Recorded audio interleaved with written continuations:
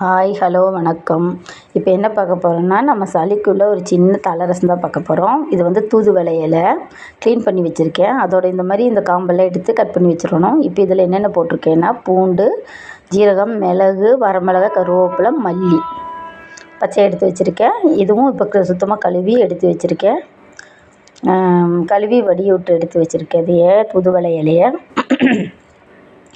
இப்போது இது வடைச்சட்டி வச்சு முதல்ல நம்ம வணக்கிக்கலாம். இதையும் இந்த குருமிளகு இதையும் வணக்கி வச்சாச்சு. இப்போது அடுத்தது மிக்சியில் போட்டு அரைச்சி வச்சுருக்கேன். இப்போது அடுத்தது வந்து ஒரு வடைச்சட்டி வச்சுருக்கேன். அதில் ஒரு 2 ஸ்பூன் தேங்காய் எண்ணெய் விட்டுடலாம்.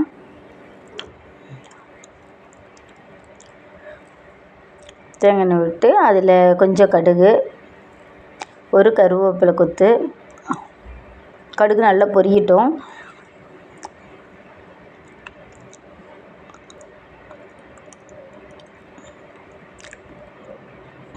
கடுகு நல்லா பொரிஞ்ச உடனே ஒரு கொத்து கருவேப்பிலை கிள்ளி போட்டுடலாம்.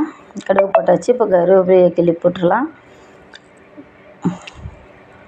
நல்லா பொரிஞ்ச உடனே ஒரு பாதி பெரிய வெங்காயத்தை கட் பண்ணி வச்சுருக்கேன். அதை வந்து நல்லா வணக்கிக்கலாம். அதில் போட்டு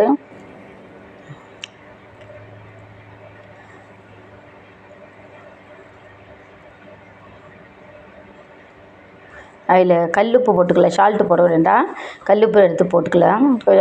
நமக்கு தேவையான அளவு போட்டு நல்லா வணக்கிட்டு, இப்போ மிக்சியில் அரைச்சி வச்சுருக்கேன். அந்த குருமிளகு, ஜீரகம், மல்லி அந்த இதையும் அந்த தூதுவளை இலையும் சேர்த்து அரைச்சி வச்சுருக்கேன். வணக்கி வச்சதை அரைச்சி வச்சுருக்கேன். இப்போ இதில் ஊற்றிடலாம். நம்ம வணங்கின உடனே நான் இது வரைக்கும் செஞ்சதில்லை, இதுதான் ஃபஸ்ட் டைம் செய்கிறேன். நான் இது செய்யும்போதே எடுத்திருந்தாலும் சாப்பிட்டு பார்த்து தான் இந்த வீடியோ போட்டிருக்கேன். நல்லா இருந்துச்சு. கொஞ்சம் தண்ணி நிறைய கலந்துக்கோங்க, ஏன்னா நல்லா கொதிக்கணும்.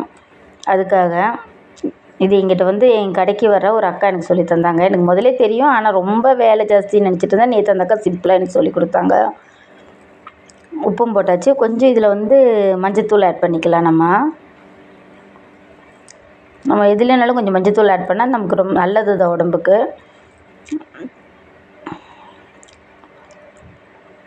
இது இப்போ நல்லா கொதிக்கட்டும்.